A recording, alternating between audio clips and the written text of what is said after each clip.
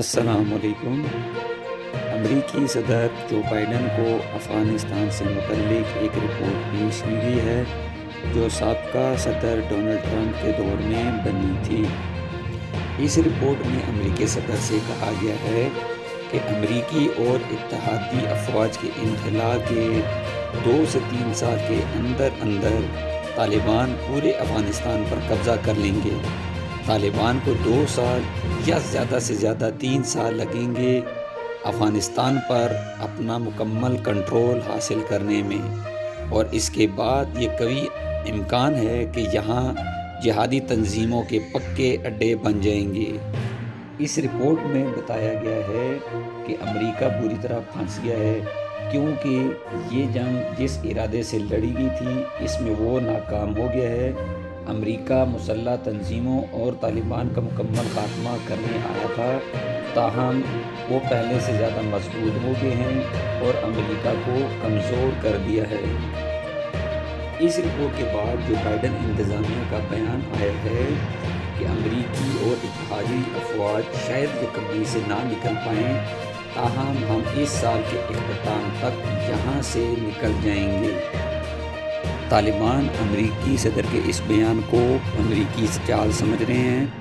ان کے مطابق امریکہ افغانستان میں اپنے قیام کو طویل کرنے کے بہانے ڈھونڈنا چاہ رہا ہے، جبکہ دوسری جانب صدر اشرف غنی نے اگلے 6 ماہ میں نئے صدارتی انتخابات کرانے کا اعلان کیا ہے۔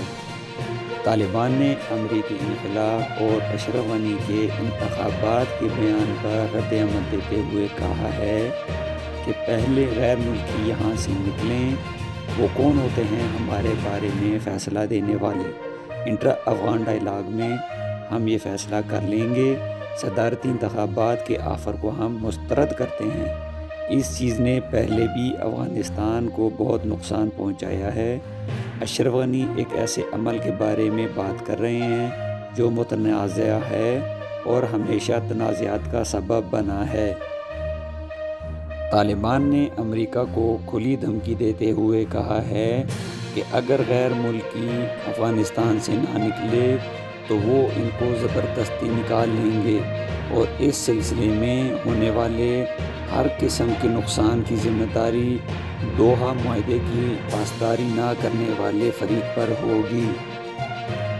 موجودہ تناظر سے یہ بات واضح ہو چکی ہے کہ اگر امریکی فوج یکم مئی سے پہلے نہیں نکلتی تو طالبان یکم مئی کے بعد امریکی اور اتحادی افواج پر تابڑتوڑ حملے کرنے والی ہے، جس کے بعد امریکہ کا افغانستان میں ٹھہرنا ایک چیلنج بن جائے گا۔